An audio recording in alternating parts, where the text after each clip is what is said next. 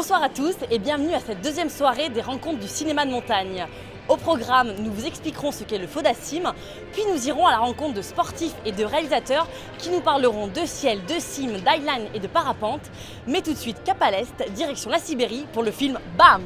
Alors BAM, ça veut dire Baïkal Amour Magistral et c'est le nom de la ligne septentrionale, donc du nord du Transsibérien, donc qui passe au nord du lac Baïkal. C'est un film qui parle d'une expédition en Sibérie, de 4 bonhommes qui sont allés explorer un massif jusqu'à présent jamais visité en hiver et en ski, pour y faire du ski de pentraide, chercher des couloirs et puis juste se marrer. Alors c'est effectivement les conditions de tournage, elles sont particulières en Sibérie parce qu'il fait très froid. Et puis parce qu'on a un autre problème complexe qui est de garder de la batterie dans nos caméras et appareils photo. Donc le tournage il est effectivement assez complexe, à base de panneaux solaires, d'accus, et puis de monter, descendre, remonter, redescendre dans les couloirs pour capter des moments sympas, refaire des plans quand on a envie qu'ils soient meilleurs encore. Et donc c'est complexe, mais comme on aime bien, ça nous amuse en fait. Le Fodassim effectivement nous a aidés pour la deuxième fois sur ce projet parce que on amène un petit truc un peu à nous, à notre touche à nous. Et puis comme on s'applique vraiment à faire nos films, on part pas avec la caméra dans les moments où on a le temps de la prendre.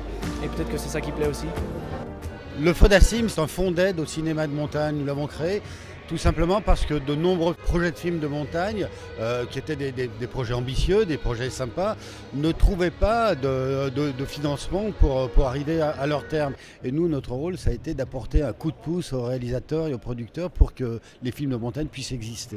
Le Fodassim aide à boucler des budgets, c'est évidemment nécessaire, notamment parce que l'économie du film de montagne est assez branlante, on va dire, et qu'on est tous, je crois, à chercher ici et là de quoi financer par des petits bouts de chandelle parfois nos films. J'aimerais bien qu'on reçoive beaucoup plus de projets différents. Aujourd'hui, on a énormément de gens qui font des films parce qu'ils partent en voyage, parce qu'ils ont des aventures, des expéditions. On a beaucoup moins de sujets ethnologiques, sociologiques, historiques. Et j'aimerais bien qu'on puisse recevoir davantage ce type de films.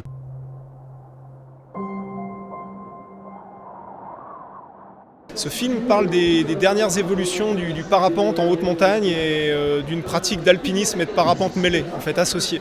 L'idée de ce film est venue très logiquement à la suite de plusieurs réalisations. Je me suis dit les images sont tellement exceptionnelles et c'est tellement joli ce que je vois là-haut qu'il faut que je ramène des images et partager ça. Pour filmer un film de cette sorte-là, il faut, bien sûr c'est en milieu de haute montagne, donc j'emmène souvent du matériel très léger et je suis en conditions un peu extrêmes, oui.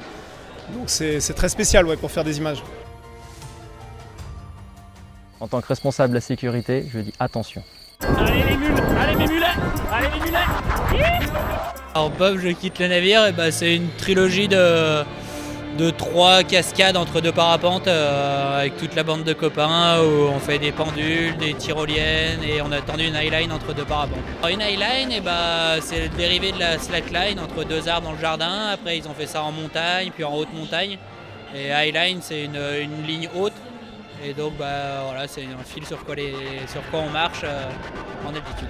On a fait un premier tournage de 3 jours, où on a fait toutes nos cascades et tous nos vols et c'était vraiment super bien passé. Et que sur le dernier plan, donc le dernier vol où on s'en va tous en l'air dans la montagne, on se retrouve avec un coup de fil de quelqu'un qui nous dit qu'on s'était fait voler tout notre matériel vidéo en bas à l'atterrissage et qu'on n'avait donc plus aucune image de ce qu'on venait de tourner. Donc il a fallu tout retourner. Voilà, donc ça nous a mis un gros coup au moral, mais on a tout retourné dans la semaine d'après. Bon, voilà, hein.